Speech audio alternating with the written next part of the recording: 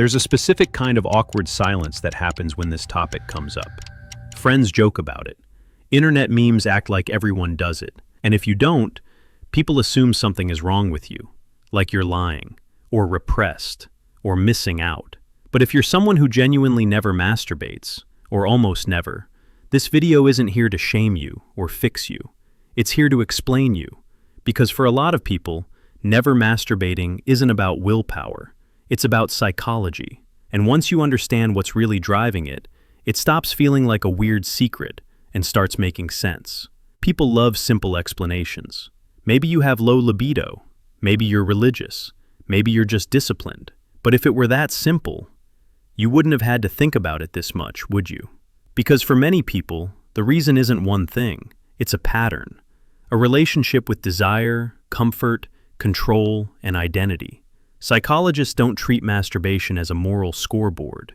They treat it as a behavior influenced by temperament, learning, culture, stress, and mental health.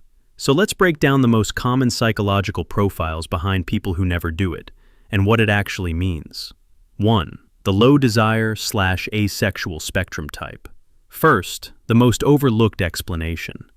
Some people simply don't experience strong sexual desire, not because they're broken, not because they're supposed to and failing, just because that's how they're wired. On the asexual spectrum, some people feel little to no sexual attraction, or they feel it rarely, or only in specific contexts. And for them, masturbation isn't tempting, it's neutral. Psychologically, this matters because our culture treats libido like a universal hunger. But libido varies massively between individuals, and that variation is normal. So for this type, never masturbating isn't repression. It's simply not a need. 2. The moral incongruence type.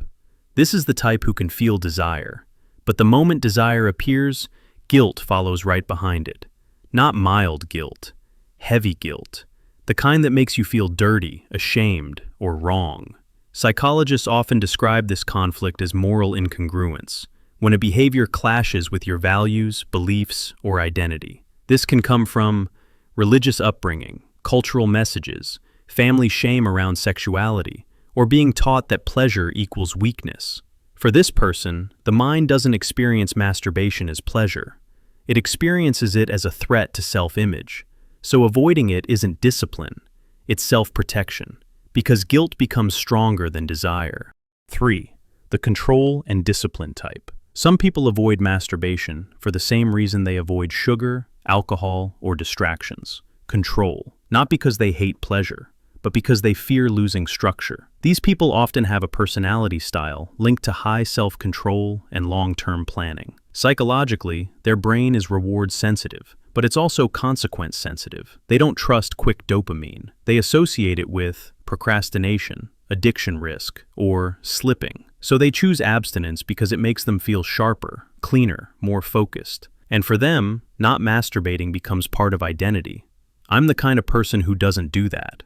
It's not always unhealthy, but it can become rigid if it's driven by fear instead of choice. 4. The anxiety/overthinking type. Here's a type nobody expects. Some people avoid masturbation because their brain won't let them relax into it. Anxiety makes the nervous system stay alert, and pleasure requires the opposite, safety. If someone is chronically stressed, overstimulated, or living in fight or flight, their body might not respond the way they want. And that creates a loop. They try to feel nothing/feel weird to overthink to avoid it altogether. This isn't about not wanting pleasure. It's about a nervous system that can't fully drop into calm. And if you're an overthinker, you already know. Your brain can turn anything into a complicated problem, even something simple. 5. The shame condition type. This one is deeper. Some people were taught, directly or indirectly, that sexuality is embarrassing. Not even morally wrong, just humiliating. So they grew up with shame around their own body, their own urges, their own privacy. Psychologists talk about sexual shame as something learned through early messages. Don't touch. That's disgusting. Good people don't think like that.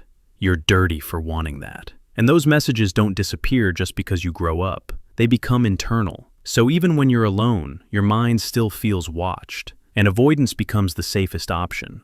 6. The trauma/negative association type. Not everyone talks about this, but it's real. For some people, sexual feelings are linked to past experiences that made them feel unsafe. And when the brain links arousal with danger, confusion, or loss of control, it may shut the whole system down. Avoidance here isn't weakness, it's a protective reflex, and it deserves compassion, not jokes. Here's the part that actually matters. Never masturbating is not automatically a problem. Psychology doesn't call it unhealthy by default. The real question is it a free choice or a fear-based avoidance? Does it feel peaceful or does it feel restrictive and heavy? Are you fine or are you distressed? Because if it's your choice and you feel good, then it's just your pattern. But if it's driven by shame, anxiety, trauma, or obsessive guilt, that's not discipline. That's something your mind is trying to protect you from, sometimes too aggressively. And if it causes distress, a therapist or clinician can help unpack it in a non-judgmental way. Not to make you do it, but to make you feel free. Our culture loves one-size-fits-all stories, but your mind doesn't work like that.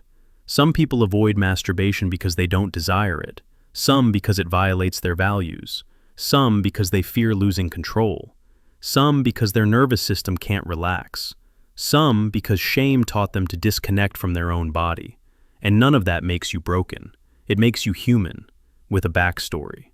Now tell me in the comments, and be real, do you never masturbate because you don't want to, or because something in you feels like you can't? And if this video explains something you've never heard anyone explain properly, hit like, subscribe, and send it to that friend who thinks everyone's brain works the same, because it doesn't. And that's the whole point.